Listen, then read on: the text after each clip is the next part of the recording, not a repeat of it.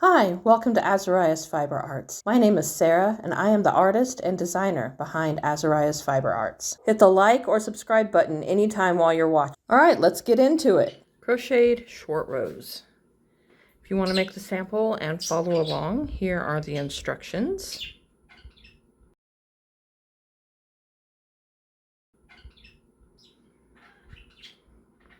So I have chained 1 and turned.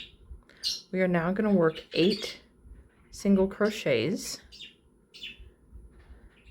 and this will make us be 2 shy of the end of our row.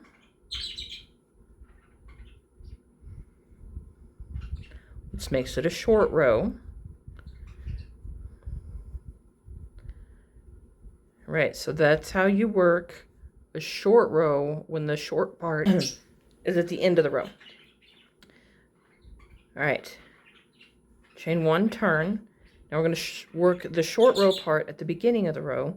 So we're just going to slip stitch into the first 2 stitches. Now I'm just using 2 as an example here. It could be any number. It could be more, it could be less. So I would slip stitch into the 3rd stitch as well. Chain 1, single crochet in the same stitch, and in each stitch across.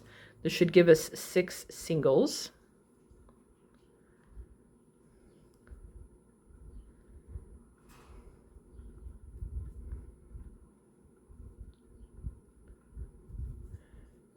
Chain 1, turn, work 4 singles.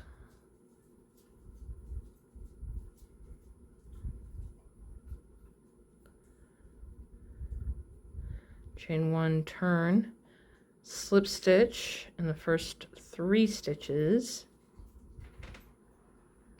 Chain 1, single crochet in the same stitch, and in the next stitch, which is also the last stitch.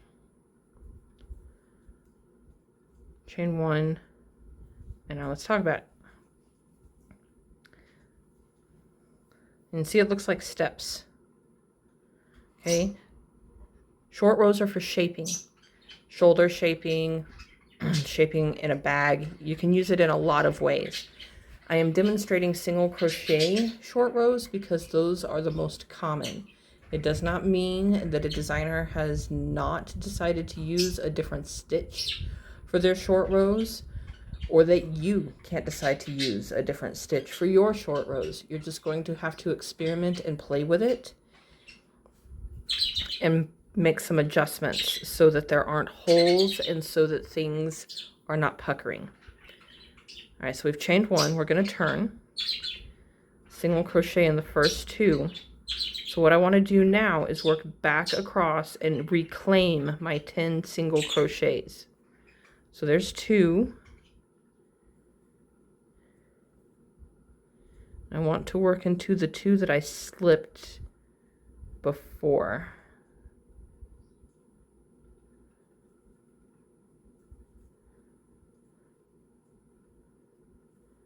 There's 3.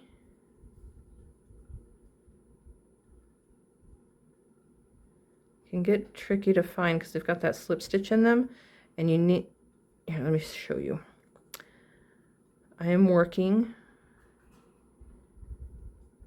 here's the slip stitch in the back.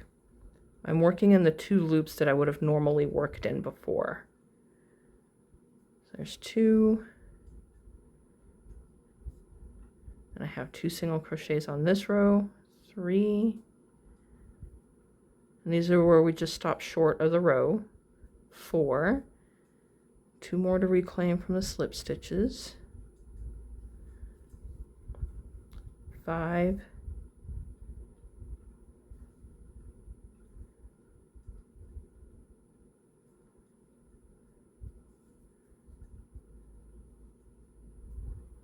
6,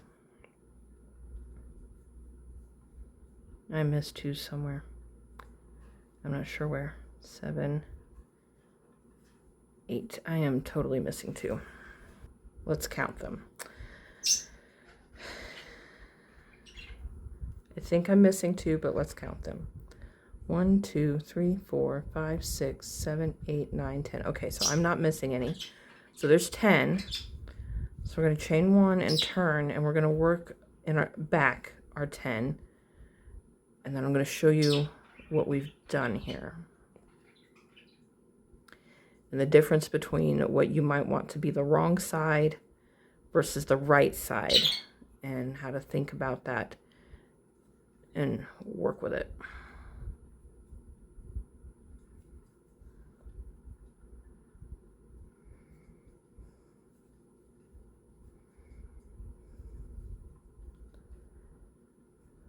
All right, last one.